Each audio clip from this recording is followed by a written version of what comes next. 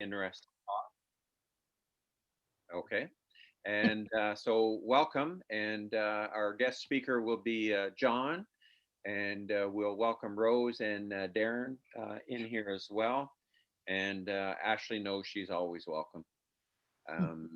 So thanks for coming in today. We're going to start off our meeting with any happy thoughts. So has anybody got a special happy thought? I was hoping Karen would have one. Well, actually, this happy note is also for Rose, and I'm going to let Rose say a few words as well. I'm actually at the Civic Center right now participating in the Federation of Canadian Municipalities Conference, and I've excused myself from some of the sessions so that I could attend Rotary today. But I did want to let everybody know that I did receive a call this morning from the CBC. They want to do an interview with me tomorrow at noon about the small home development off Taylor Avenue. And I'm going to let Rose share with the rest of the group about the voting that takes place over the next 14 days, if she wouldn't mind. Yeah, I'll throw that out. Well, first of all, thank you everyone for having me today. Yeah, Karen and I have been working on our small home project. I'm sure she's talked to everyone about that. And I believe Terry's on here as well there. So Terry mentioned that there was this award coming up from the David Suzuki Foundation. So they have what's called a Future Ground Prize, and they have this prize for innovative projects in communities. So it's all about communities coming together for eco-friendly and energy efficient projects. So we're looking to do our project to net zero or net zero ready. So that means we're producing as much energy as we're using. So they gave us a top 10 finalists for this Future Ground Prize. So they're sitting there. One of the prizes is $2,500. And then a meeting with David Suzuki. So, and then the grand prize is $5,000 with a meeting with David Suzuki. So we are looking to the community to get votes for the second prize, the People's Choice. So from now until the 15th on the David Suzuki website, you can type in your email and get and vote. And then you can also be put in for a prize for that as well. So that's what we're going to be talking with the CBC about. Well, Karen will be, and we're moving forward with that. We just started up all our social media, so we're just starting to get followers and everything for that as well. Yeah, and we're particularly interested in John's presentation today because we're hoping that somewhere down the road that the Chatham-Kent Home Builders Association will want to partner with us on this unique project. So yeah, I've heard actually from Nick Bolcha, I believe, as you've spoken with him, right? So he's our vice president. He's kind of informed me a little bit of what you guys got going on. So sounds very interesting. That's great. Yeah, we've had a lot of great news across the board with it. A lot of people interested, and I think it'll help building in general and help people kind of move from that rental to home ownership and stop that kind of pattern. So, yeah, I was talking with Nick a few times. So. Yeah, nice. So we just have to get out there and vote, Karen. Yep. If you go on the Facebook website, it's probably the easiest. Brett, I shared with you the email that I got from David Suzuki Foundation yesterday. So if you can just forward that to the Rotarians and encourage them to vote and to share the link with their friends and colleagues as well, that'd be great. I'll throw the link on the chat. I'm sure I have it right here because I've been writing it so many times lately. Okay. There we go. Keep in mind of the age of the crowd you're working with here, Rose. So, you know. Yeah, you literally I'll have to send it click my way too. click on it there. All righty. Thank you. You might do both, right? Never hurts. Any other happy thoughts out there? Andy Watson. Yes, speaking of age, I got my second shot yesterday, so I've had both jabs. So supposedly in a couple of weeks, I can start to maneuver. Excellent. How are you feeling today? I feel fine. I have absolutely no reactions. Great. Good. And last call on happy thoughts. Okay, moving forward, June seemed to be a very popular month for birthdays. So Paul Watson, we're going to wish you a happy birthday for tomorrow. Karen McDonald, Tracy Walker, Ed Robbins in a couple of weeks. Sparky Leonard, Rick Budnerick, and Tom McCarthy will all celebrate in June. And our club anniversaries didn't print quite right, so I've got to fix that one up and get back to that. But seemed to me I saw 4 of our members all joined 2 years ago. The only one here I believe was Bruce, and the other ones I'll have to get you caught up on that one for next week. So at this time, I'm going to call on Colin McGregor, if he'll do an introduction of our guest speaker, please. Yeah, thanks. I just amazed on the home building going on in Chatham-Kent. So I asked a neighbor of mine, Dave Ewald, and then Mike Vandersloot, who I could ask to speak about the home building in Chatham-Kent, and they mentioned John Rumble, who is the president of the Home Builders Association. So he's the perfect person to talk to us about it today.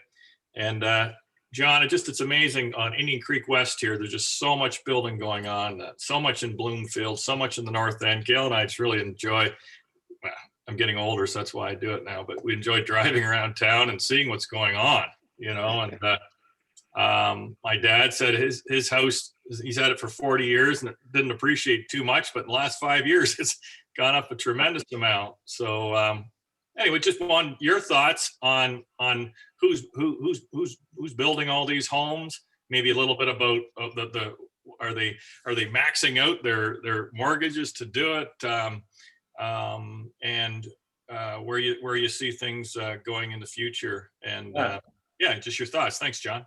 Absolutely. Well, thanks, Colin and Brett, for having me this afternoon. I think I can speak for everybody when I say I can't wait for a regular meeting again. Yeah, we could take you to lunch. Interaction. So I'm not gonna lie, I've been missing those home builders dinners and chats with all my colleagues and stuff like that. So definitely looking forward to getting back, to some normality, right? So like Colin said, our family has been in the residential construction industry for 3 generations since 1972. Since then, my grandfather, my father, and myself, we've seen a ton, of changes, in the Chatham-Kent area. The Home Builders Association, we've actually been a part of this community for 50 plus years now. And we're responsible, I believe, for about 75 to 80%, of all the new homes and residential construction in Chatham, along with, renovations and stuff like that as well.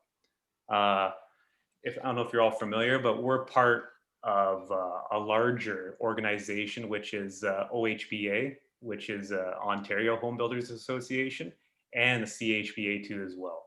So, during all this crazy time, it's good to have, us builders, suppliers, and renovators to have some support, from these guys, which are our voice essentially, for Ontario and Canada, right? They had, a ton to do with keeping us moving, during all this, when everything was kind of shut down. So they keep in close ties, with our provincial, and federal government, and speak on our behalf. And thanks to them, we're able to still keep building houses. So that's been awesome. So anyways, I do have some information I was going to share with you guys today. Like you said, in our building industry, what's going on here in Chatham, land, some of the, the new costs, that are involved, right? Which is a big thing right now. And some, some future outlook too as well, right? So I'm going to, bear with me here. I'm going to screen share. I've spoken with the building department and the chief building inspector, Paul Lucina and Paulo Magliero, and they've shared some building stats here. So just give me a moment and I'll pull this up.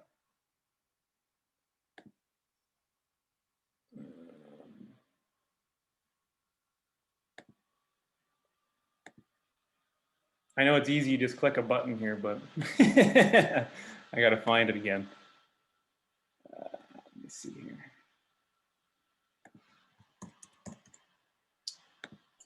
You're on mute, Brett. Thanks.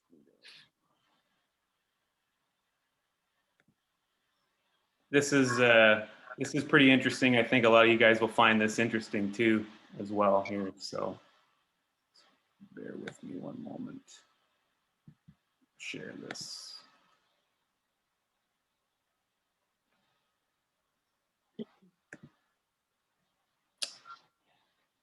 All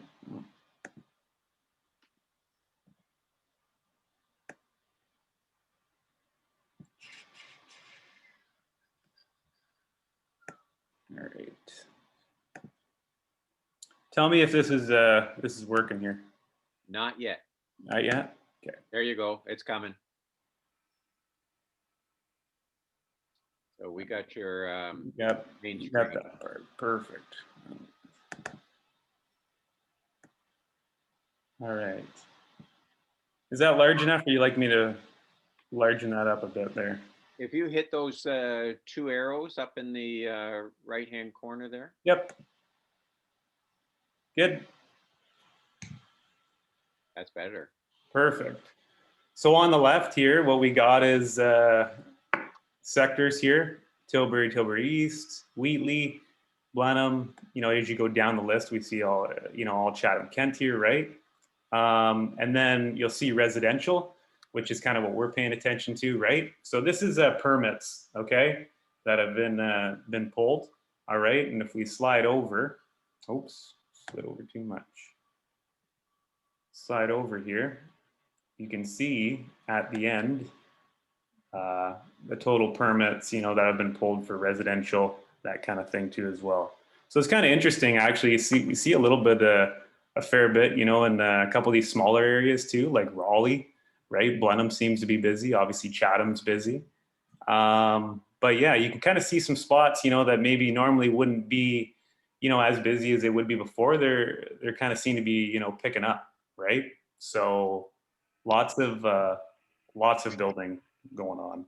So what I can do after here is maybe I'll email this to you, Brett, and then if you want to share this with everybody can take a peek at this, and you kind of peruse it on your own time and just take a look and see what's going on. It's some great demographics, and this is up to date too as well. But John, does that show 900 permits just for 2020?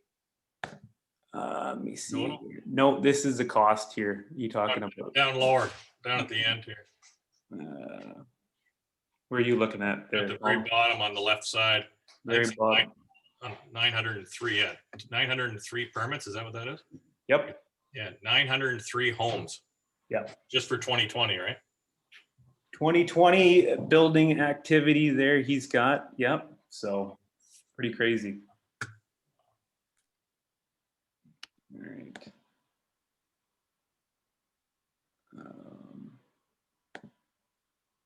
There we go.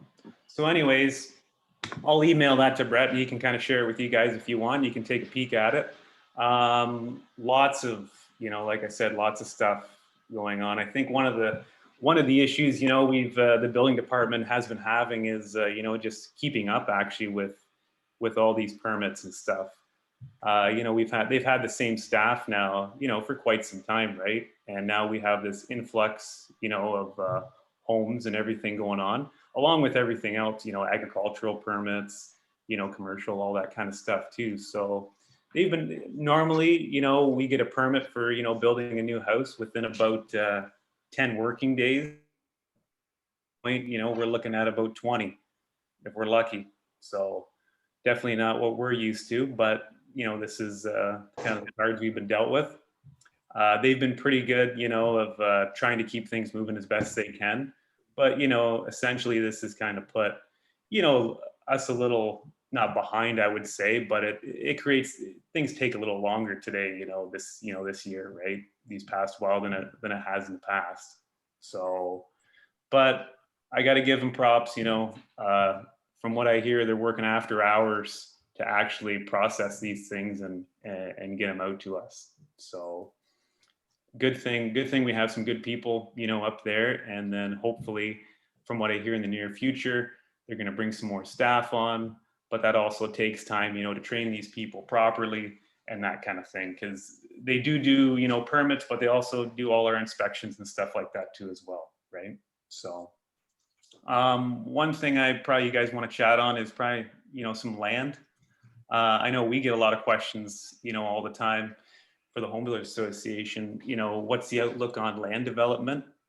From what I can tell you, where shortage is, I think, and from talking to some of our colleagues, there was a shortage, in the rural areas. Now I'm talking about, lots, out in the country. I think a lot of you guys, in the past, years, there used to be a ton, of little lots you could purchase, outside, in Chatham-Kent, just outside of town, right? Possibly some city amenities there, maybe some water, that kind of thing. And now, I like to call them the unicorn lot, pretty much. Everybody wants a little lot out of town, right? But they're not there anymore. And I think, when they do pop up, these things are just, flying off the shelf. We get calls all the time, at the office, things like that, people looking for, to be just out of town, too as well. So that's definitely, a hot commodity. As far as stuff in town, I think, a couple years back we had some lots, available, but they weren't, pushing anything new out. But in the last, year now, they've really made a good push, to start getting some more lots, available, in Chatham. And I will say the city, from what I've heard so far, the planning department has been pretty good with that. They know the need is there, and they have been pushing, some of this stuff through, pretty quickly. I would say more quick, than it has gone in the past. So that's a good thing. They see that we have a need, and they're kind of working, to keep things, moving, right? So I'm sure you're familiar. We do have, there is a new development group in Chatham. A lot of these fellas are part of the Home Builders Association. They're CKLS. I don't know if you're familiar with that. You've probably seen the signs. They're doing stuff over in Churchill. And then they have Midwood Acres, which is Midwood's about like 50 lots, 50 to 60. And then there's a subdivision, if you're familiar, across from Indian Creek on the other side where Midwood Acres is, that's getting developed, which they've put in the roads for that too. So that right there is actually going to be about 300 lots. So I've seen the plans for those, and they plan to actually take that all the way back to the church there, across from Indian Creek School. They're going to be expanding all the way back and over there behind that, in that farmer's field area. So lots kind of going on the south side right now. As far as the north side, well, actually on the south side too as well, there's Maple City Homes we have, right? And they're moving rather quick. They're on Park Ave. So every time I seem to go through there, they're just putting a new street in. So now over in the O'Neills there, I was just speaking with Brett about this, they've pushed through on Valencia there. And they got the landings, which they're expanding on too as well, off Grand there. So that's a large expansion going on. And then they're also expanding in various parts of Prestantia too as well. So lots of stuff I think going on right now in Chatham, which is good. We're gonna have, we'll have, these lots, and be able to, service these people, buying, that need new homes or need a home, period.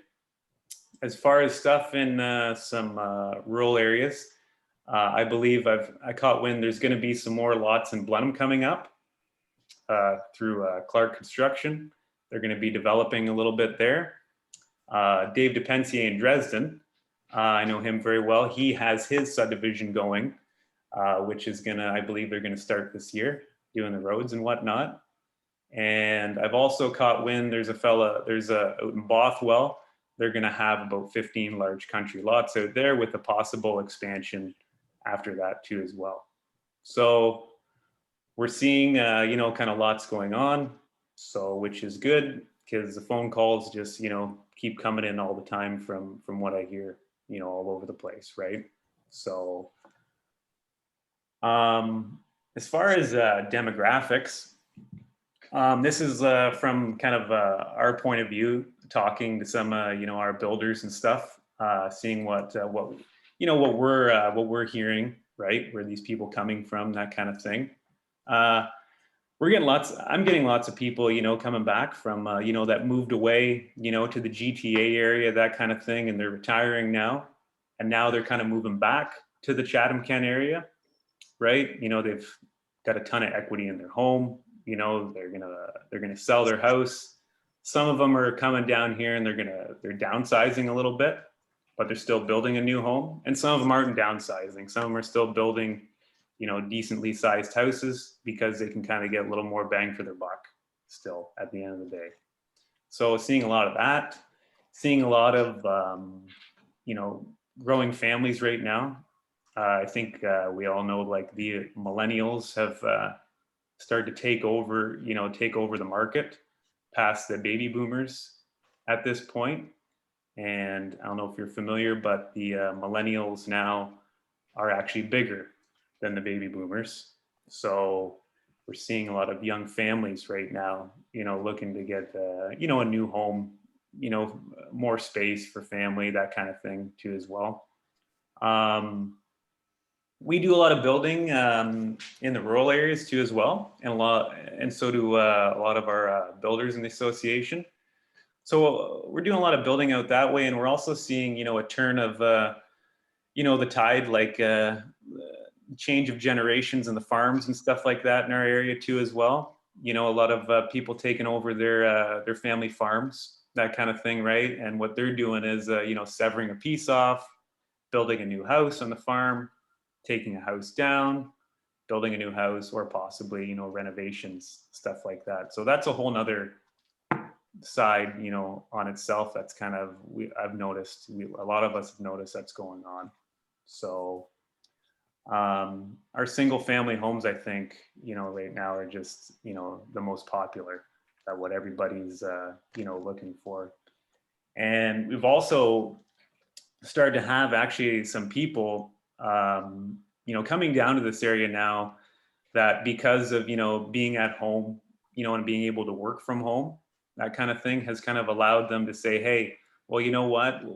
I don't have to live, in the GTA area anymore, right? I got to commute maybe once a week, maybe twice a week. So they're kind of coming around this area. They're able to work from home, hop on the 401, right? Go to, do what they have to do once or twice a week. And then they, have maybe a little more house, a little bigger lot, that kind of stuff, little slower pace, kind of lifestyle. So that's what we're kind of, I've started to see a fair bit of that actually this year. We have a few clients that are still actually, working, around the GTA area, but they're going to commute and they're going to live here. So townhomes, I mean, that's still very popular with all the baby boomer crowd right now. So they seem to be flying off the shelf. We have that, the O'Neills have that expansion there in Tweedsmuir, over at the end of Tweedsmuir there. And I believe most of those houses are already spoken for from what I've heard. So as far now, I guess I'm going to touch on some costs. I think we've all seen the lumber memes on social media all the time. And they're definitely true. And it's been very tough, I guess, to kind of say the least in that part, of doing this. So I would say, I think they were saying before, the cost of lumber, has probably added about, 20 to 30,000, per house. I would say at this point, you're probably, it's more like 30 to 50. So that's a huge, a fair bit. That's just in material too, right? So, I mean, so what happened was when the pandemic hit, all the lumber mills ended up closing down for a while, initially at the very start. And what happened was we kept moving forward. building houses, and people at home were doing stuff too as well. So what happened was that we depleted pretty much all the inventory that they had, right? And then by the time, things started to ramp up, it was almost, or started to pick up again, it was almost too late. So here we are now in this, housing boom, right? And we're short, you know what I mean? They're short, lumber. And along with also, I've read with the Canadian Home Builders Association, because they've been keeping very close tabs on this too as well. There was also, they had a beetle problem, which wiped out a fair bit of forestry there. And they also had some fires too as well. So that I believe that didn't happen. That happened a little while back, but that was, what was supposed to be kind of harvested, for this year, right? So it's kind of almost the perfect storm, I guess, for that type of thing. So right now, lumber costs, I would say, from what we were paying a year ago, everything has gone up at least 3 to 4 times, and a lot of things even more than that. So I guess, that kind of brings us to another point, when we're building, a house, contracts, all that kind of stuff. It's been very hard, to get numbers and to get those things for our clients, and people, because these things seem to change on the daily, which is crazy. Something that all of us, the home builders, renovators, everybody have never dealt with, period. So something new we're been trying to navigate through. I mean, from what they're doing right now, they're only holding prices for us for 3 days. So, which is crazy because they used to hold it for 90. So, so anything that we've kind of got, relied on the US and Quebec, anything coming out of the, you know what I mean, those places has definitely been a problem. Everything's not running at full capacity, so everything's kind of behind. And it's just a bunch of other things, amongst lumber too, that's been very, tough to navigate through. It's kind of weird, it's not just one thing. It seems to be different things all the time, from like tub shower, tubs to shower units to, ABS piping right now is becoming an issue, a little bit of one. Interior doors, all these things that we could usually kind of get within, weeks. Now they're months.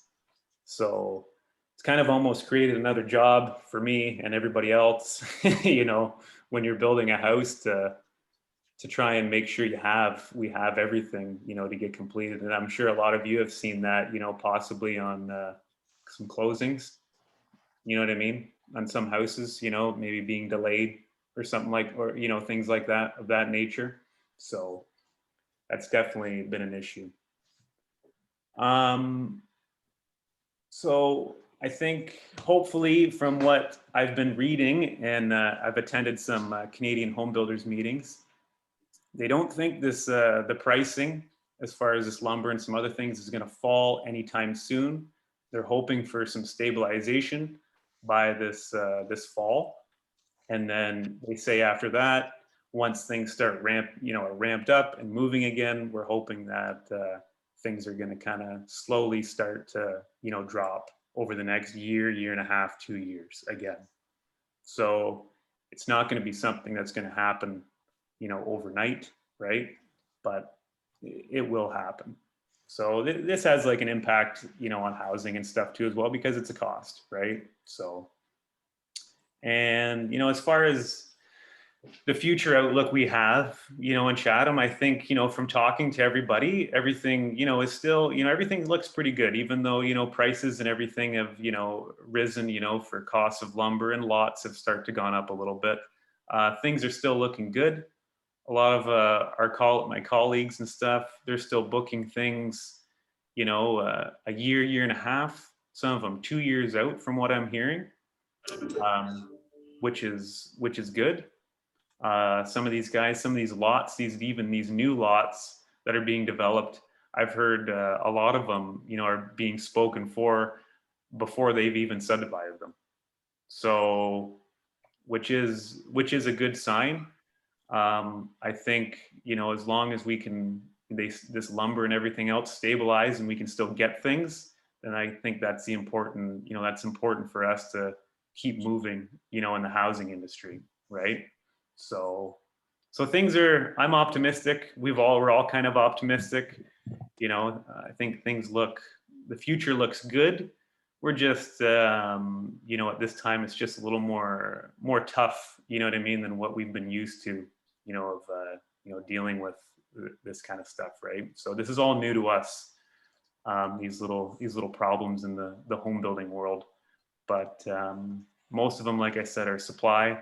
So hopefully, you know, over the next little bit, we'll see some relief on that, and then we can kind of keep moving forward. But Chatham-Kent, from what we hear, you know, from all the subdividers and all the builders, from, you know, a selling point of view of what they've sold and they're selling, it's good. Things are looking very good.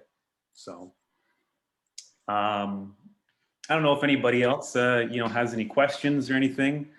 I'll start off. Yeah, we probably have lots of questions. Thanks, John. That was awesome. You mentioned lumber and contracts.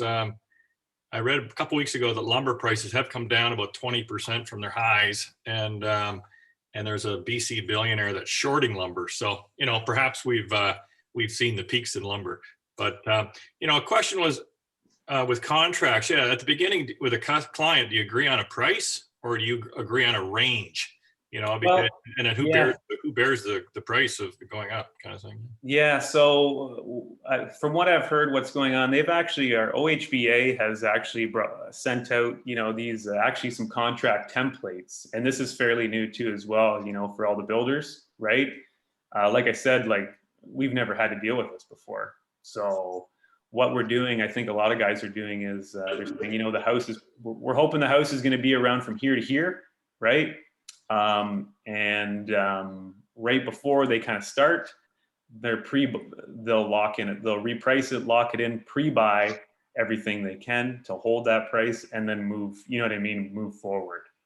So that's how a lot of the fellas have been dealing with it, from what I've heard. So it is, I know it's probably, you know, hard for, you know, your clients and stuff like that, right? To know where they want to be at, you know, for pricing, that's important, right? But it's just it has been so volatile. It's been a lot of money.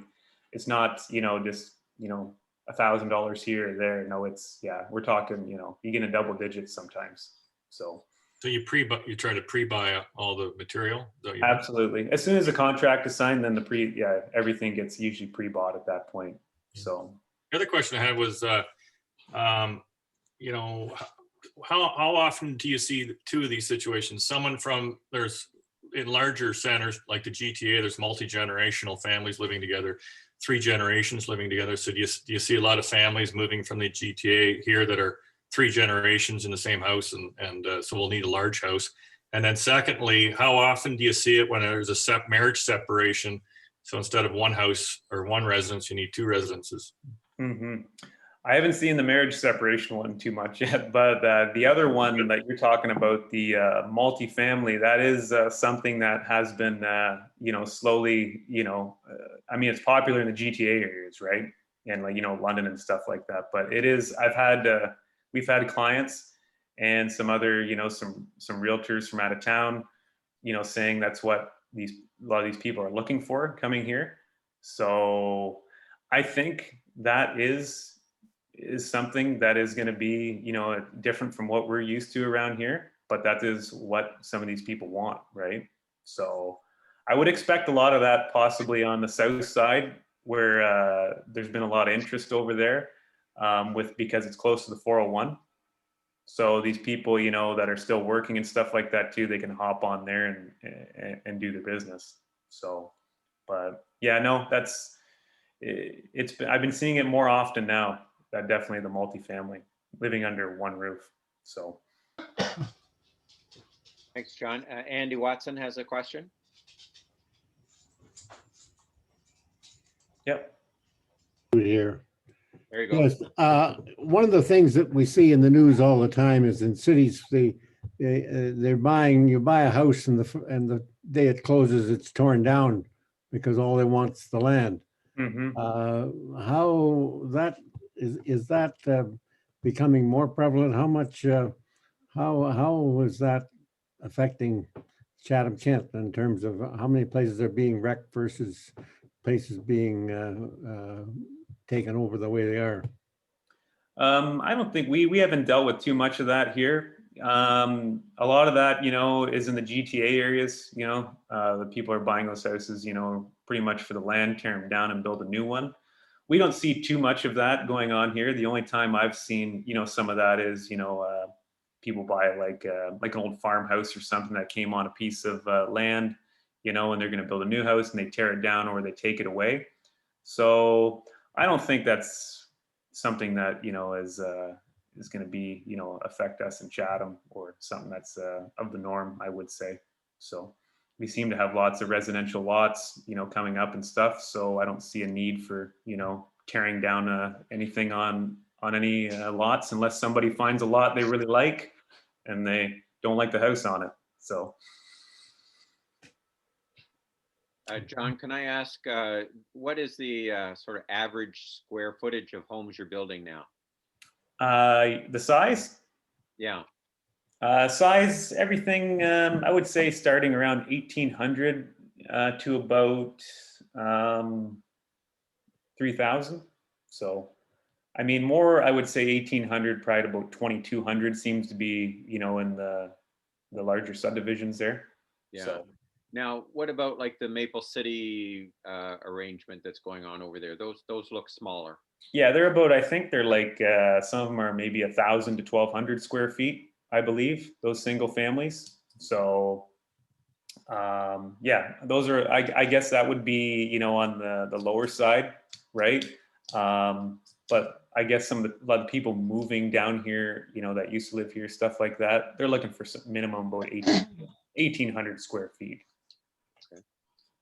But I guess if you say, a lot of these people finish the basements too as well in these 1,200 ones, a lot of them are finishing the basements right away. So there you go. There's 2,000 square feet right there, so of livable space. So. Tina, you had a question? Yeah, thanks. Hi, John. I was a little bit late in coming, but I really I found what you said very interesting, and that was we're always thinking about stuff like that. So I appreciated that. I did have a question around, you had mentioned people that are coming here that are working from home, moving from the GTA and then expecting to be able to work from home and then just commute once in a while. I would struggle to understand, I would be curious if they've shared with you if they have any concerns within a period of time, like I expect once this pandemic, once everybody's vaccinated, that they'll be expected to go back into the office more often than not. Can I ask if they've shared their thinking on that, or if they're not worried about it, or why, or? Yeah, I've thought about that myself too, right? That's obviously in the back of, your mind that, when things get back to normal. But no, it's funny. They haven't, mentioned, anything about, about that, right? So, which I would assume the people, that are, that this is what they're doing, that they've maybe already know that, hey, I'm only going back to the office maybe 1 or 2 times a week, right? And then I'm staying at home. So, but it's definitely a little different, demographic, I guess, than what we've ever been used to seeing, right? So. Yeah, I'd agree, John. I think it's probably mostly people that don't have to be in the office 5 days a week. Their employers already said, hey, if you come once a week, or they're doing contract work, or they're doing IT work, and they don't need to be at an office. That's probably, I'd assume, most of those people. It's a good question, though, Tina. Yeah, it's interesting. I have a few friends who have moved from Toronto and are still working there. One of them did before COVID and commuted in a couple days a week, and another one just recently, she wanted to work from far away and they said no, but then now they're saying yes, you can, and you can do so indefinitely. Yeah, very, very interesting. So I think there's going to be more employers that are more flexible. I agree. I definitely agree. And do we have any other questions for John? We'll go with Allison and then Barry. Thanks, President Brett. John, that was interesting. This is certainly such a hot topic. I Mhm. was wondering, are any of these buildings incorporating, green building technologies into their construction, like solar panels or gray water or anything like that? I know it's probably a lot more, well, it's cheaper than it used to be, but it's probably more cost heavy at the beginning, but can often pay off later. Are there is that happening anywhere in any of these developments? I'm just more curious as to how that's coming along. I don't think it's been happening too much, but it is going to happen. I went to a seminar a few years, I believe about 3 or 4 years back, and it was an energy seminar, and it's put on by a fellow named Gord Cook, and he actually does all that, works with the building code for all North America. And I believe the plan is by 2030 to have anything past that point is going to be net zero ready. So that is something that's coming down the pipe. They've started to slowly kind of introduce a few different changes, in the building code, to be more energy efficient. We've definitely seen that. So they're kind of slowly, ramping that up, and just to get ready, for this, because it is a big change. And I'm sure I don't know if anyone's familiar with net zero. I think Rose was chatting on that earlier, but it's whatever you're taking, you're giving back to the grid. So not essentially, the home doesn't need to be hooked up, but it needs to be a net zero ready home.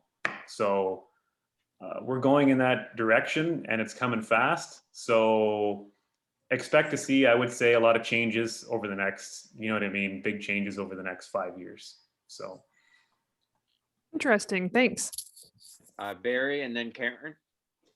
Yes, a very interesting presentation. You've already touched on it, but I'm just wanting to know from where the demand is coming. You say, of course, the GTA. Can you compare that to the demand, I'll say, in the London-Windsor corridor and also here in Chatham-Kent? Can you put a percentage on those three? I could probably find that for you. Our OHBA, our guys there, they send us actually some demographics all the time. So I'll see if I can dig that up, and maybe I can email that to Brett too as well, and you guys share that with you guys. So I should have mentioned too as well. We are seeing a little bit from the Windsor kind of area too. From what I've heard and I've learned, they have a shortage of land in the Windsor and Essex area. So I don't know if you've noticed, which have actually pushed a lot of Windsor builders, down this way, which in turn, is going to push, some people, down that way that possibly, can do their job still from home or are going to commute to as well. So I think they're a little behind, the 8 ball on that part.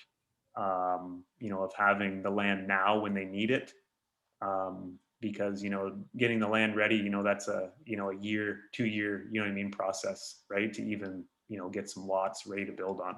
So we're going to see a little bit of that too as well over the next little while. And Karen, you had a question? Whoops, we need you off mute. Thanks for the reminder. To Allison's point, and Rose could probably speak to this better than I, but she's probably feeding Lily right now, so that's why she's off camera. I saw a new member 10. Sorry? I saw a new person come into the room there. Yes, there she goes. Yeah, one of the things that we're hoping to do with the Brickworks project is to make it net zero or net zero ready, particularly with having the common unit serve as the energy hub for the entire community. And Rose was able to make a connection with the Canadian Home Builders Association, who put us in touch with Blue Water Energy, and we're working with them right now to see if they can do the PV modeling for the units, so that that we can make this as net zero ish or ready as possible. So it is a rather unique thing that we're attempting to do here. And I think that's one of the reasons why we were chosen as one of the 10 finalists for the David Suzuki Award, because we're already focused on environmental issues Yeah. here. Yeah, no, that's a good thing. And I mean, like I said, moving forward, that's where everything's, going, right? So, and having, I believe these, doing these on the smaller houses, I think is more, it's pretty cost effective. I mean, it's, cost effective compared to, doing a very large home, you know what I mean? Being net zero, right? So, And trying to do the investment at the front end, particularly for the benefit of those individuals who are of low or modest income, who may have trouble, with their utility bills. If we invest at the front end, there'll be considerable savings over the long term. So yeah, absolutely. I don't know if you've spoken, I believe, do you know a fella by the name of Doug Terry in St. Thomas? Yes. Yeah. Yeah. Sorry. I am still here. I'm beating Lily. Yes. We were talking with Building Knowledge as well as Blue Water Energy, and as well as the Canadian Home Builders Association, and they all mentioned that Doug Terry does a lot of work out of St. Thomas there, and I've seen his work before too, and he's doing mostly net zero across the board there. Yeah. We haven't talked with him, but he is one of the people that they mentioned as yeah, in construction in that. Strongly recommend you guys, doing this this tiny home. He's doing that, actually, something like that as well. It's coming up in the pipe. I just spoke with him actually on the phone a couple weeks back, and he touched on it. So maybe I can also forward. I don't know if you have his contact, but I would definitely recommend chatting with him. He'd be great to pick, his brain, for certain things like that, right? So he's always kind of seems to be in the, the looking on the cutting edge and looking forward, in the building world. So he's a great guy. So if you could pass off the contact, that would be great too. We're open to hearing how we can make this happen. It's a lot of different things coming together at once. So yeah, absolutely. Say John sent you. Will do. thanks, John. Any other questions? Allison? I just wanted to add to that, to John mentioning Windsor. I have a good friend who's a realtor in Windsor, and she's born and raised in Windsor and the whole 9 years. And now she's selling homes in Chatham, because that's actually where her clients can find homes. Like there's such a lack of housing or housing in their range of prices that now Chatham is sort of a bedroom community for Windsor, which has been in many ways, but often not as a place for people to live. Yeah. So she's now marketing and working and selling Chatham-Kent, when she never did that until 2021. And even she's kind of surprised by it. So people are coming.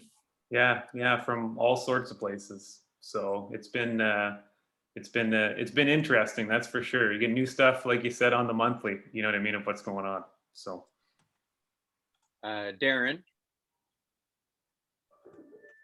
Yeah, just a quick question. Thanks for the great presentation there, John. I've seen you were talking about the rising lumber prices, and I've seen, working with Royal LePage, working with resales mostly, I've seen, let's say, a bungalow in a certain area, be, let's say, 220 2 years ago, and now it's, say, 450. So, more than double in price. How can you tell us maybe like 2 years ago what a new home would be average, maybe, that you guys would be building, or another builder what the price is now? Like, I'm sure it hasn't doubled, but with you guys eating those costs of lumber and all that, how have you dealt with that, and what type of percentages and rising prices have you seen for new homes? Yeah, that's I would probably, let me see, about a couple of years back, we were probably looking around like I believe for like a custom home, something like that, right? Just for the home itself is around like $230 a square foot, right?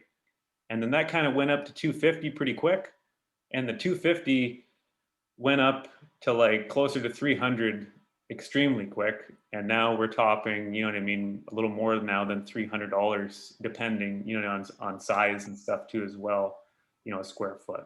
So we seen that, that big jump right there, right?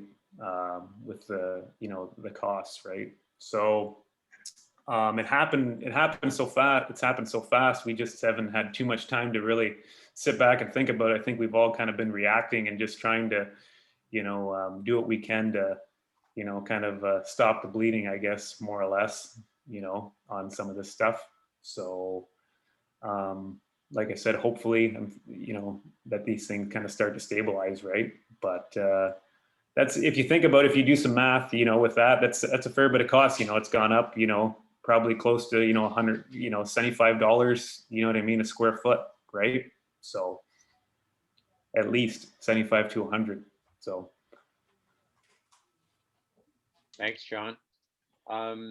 Yeah, I'll just reiterate what John's been talking about. Down from us is a street called Peachtree. And Peachtree, in about January, they started digging holes, and we ended up with in the neighborhood of 10 foundations going in, all for very significant size homes, and all out of Windsor builders. So now I understand why. It's because they can't get anything down there. But I've noticed they've started moving into the houses down there. I didn't see for sale signs or anything. They've just already got them purchased and are moving in. So any other questions for John before we? No. Well, I just want to thank John. I've known John, his mom, his dad, the family for some time. They did happen to do a project for us in our basement, which we are very proud of. It makes it better when my family comes home that they can enjoy some pretty decent accommodations now when they come to Dad's house. So thanks to John, and make sure you pass along a hello to Mom and Dad for me as well. Absolutely. All right. Just moving on with next week, our presenter will be our own Ashley, and she'll be talking to us about mental health. And as everybody knows, we're smack in the middle of Ride, Don't Hide. So we are supporting the CMHA, and anybody that I'll try to send the link out again on how to support those members that have joined the team. And I didn't get a chance to check today to see how far behind our friends at Dresden or anybody else we are. But as long as we're out there and supporting CMHA, that's a great thing. I did reach out to Tom McCarthy. His wife has gone through the surgery. She's still going to be in the hospital a few more days, and hopefully they'll start to get some improvement, although surgery took 19 months from because of the COVID. So what relief she can get and mobility issues she may have to deal with moving forward are yet to be determined. Tomorrow about 12:30, I hope, I'll sign on for a 100 committee meeting. I sent out a picture to the members on the 100 committee bags that we've received, and we'll discuss on the best way to send these bags out. I want them to be available both to members, maybe some bingo winners, various people. And it's just a shopping bag, but there's two different ones, and they are indicating Chatham Rotary celebrating its 100th year anniversary. And also on Saturday, so lockdown's not really over, but we are doing, CMHA is promoting the Rotary Eco Trail for during the Ride, Don't Hide, or some of us, we walk it. And so please come on and say hello to a Rotarian on the trail. There may be a tent up, and you might bring your cup of coffee just to enjoy a few minutes of socially distanced talk while we're out enjoying a pretty nice day. So that'll be between 10 o'clock in the morning and 12 noon at the Rotary Eco Trail at the Midwood Oxley Park on Oxley Drive.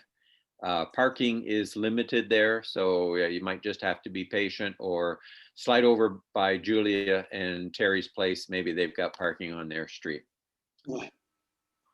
All right, so that's going to